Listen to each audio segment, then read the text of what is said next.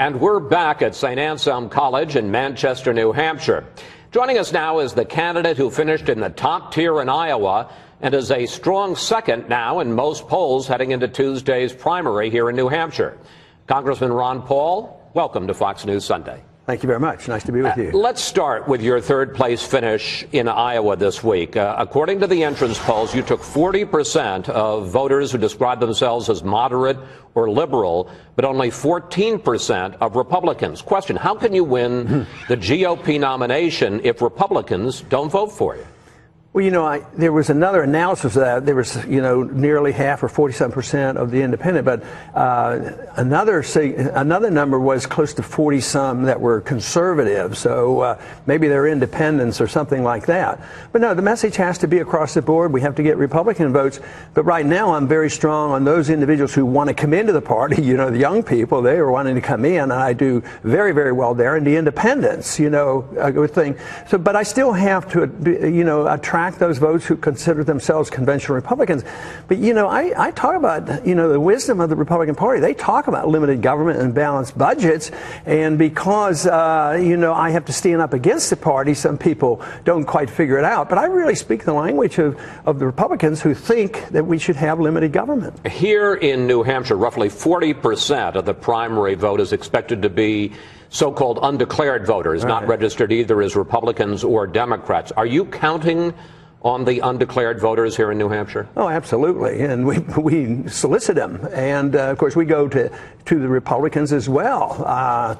But the whole spirit up here, falls into place for what I've been talking about for a long time, very limited government economically and with personal liberties. And so we work very hard with the independents, but I think we're doing quite well with the Republicans, too. Your campaign manager says that your focus is to win 5 caucus states like Minnesota and Maine and Missouri, because if you take 5 states, you can then get your name placed in nomination at the Republican convention in Tampa in August. Question, that sounds more like a strategy to make a primetime speech at the convention or to affect the party platform than it does to win the nomination. Of course, that's the fallback.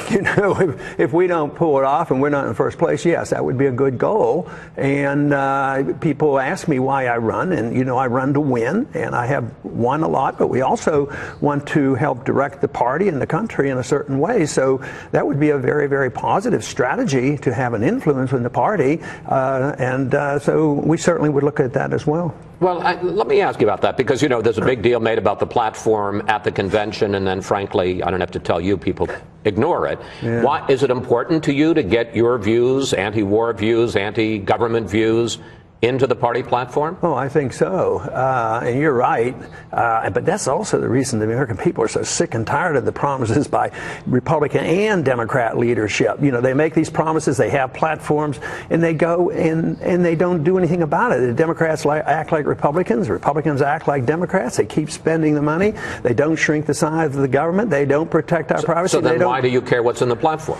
Well, I guess I'm an optimist, that, you keep plugging away. I'd have to be an optimist because I've been plugging away for a long time. My views I've expressed since the 70s, but all of a sudden they're getting a lot of attention, a lot of popularity. The country, out of desperation now, is looking at a constitutional approach. In foreign policy, they're tired of the war. Just think how many people now are looking at monetary policy, and that only happens about every 100 years where people get real concerned about monetary policy, and everybody knows we're up against the wall on the spending, and the debt is a problem, and they know that I'm very aggressive on dealing with the deficits that we have. In your speech in Iowa Tuesday night, I think it's fair to say that you made a statement that no candidate running for president of the United States has ever made before. Let's watch.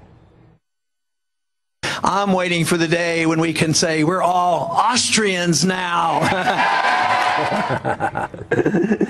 I think you'd agree. No presidential candidates ever said it. You were advancing in something you believe very deeply in the Austrian School of Economics, which opposes the idea of government intervention in times of downturn, of crisis, and says, basically believes in the value of what's called creative destruction. Is that what President Paul would do, creative destruction?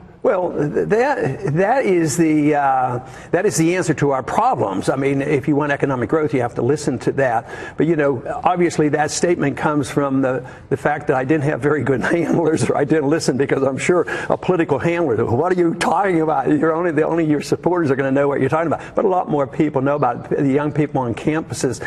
No, what you want is corrections, and we're talking about a correction in 1 year instead of 5 or 10 or 15 years.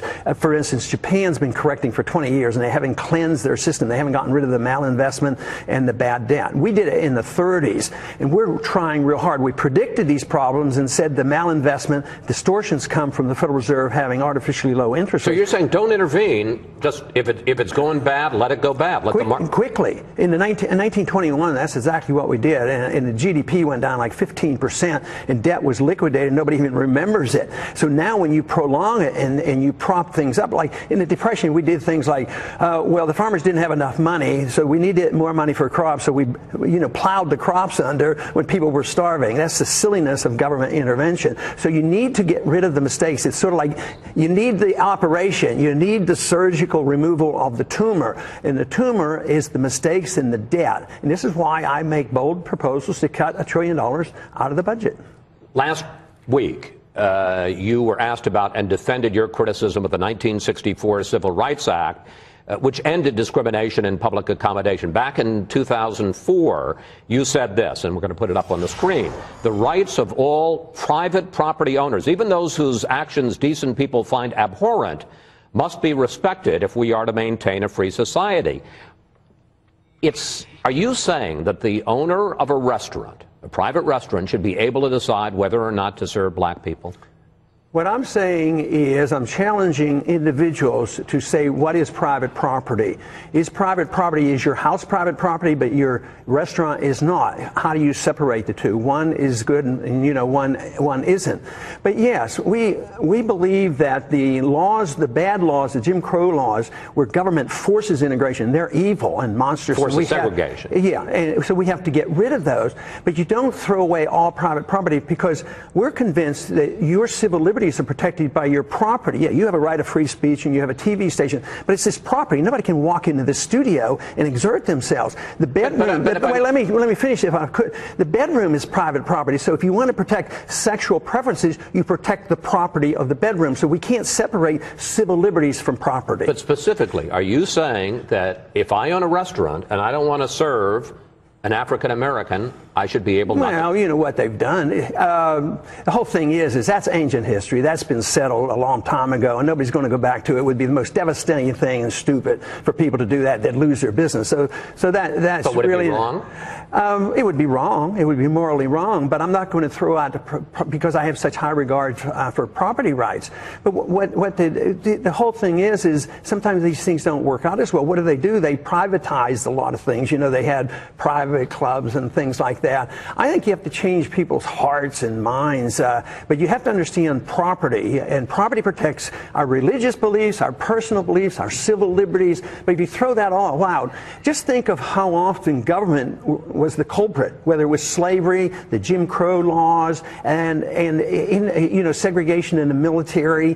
This was all government, so we want that out of the way. But it sounds like ideally, and I'm not saying you would do it because you're also practical, it sounds like ideally you would like to return back a century to the days when government didn't intervene, when there was an economic problem, didn't soften the blow, and quite frankly didn't enforce racial integration. No, we think of ourselves as advancing the cause of liberty in a modern state, because if you go back 100 years, you're going to go back to Jim Crow laws and slavery. So no, we don't want to go back. Even the gold standard, I don't want to go back to an imperfect gold standard. We want to build on the freedoms that our founders gave us and the tremendous success we've had in the prosperity. Now we're losing this. We're losing our liberties with the National Defense Authorization Act and the arrest of American citizens. I mean, we're going backwards on this, and all civil liberty is going to be attacked if we don't reverse this. Finally, you have recently been leaving the door open again to running as an independent if you don't win the Republican nomination. I want to take you back, though, to a conversation that you and I had 2 months ago here on Fox News Sunday. Let's watch. I have no intention of doing that. That doesn't make any sense to me to even think about it, let alone plan to do that. Because? Because I don't want to do it.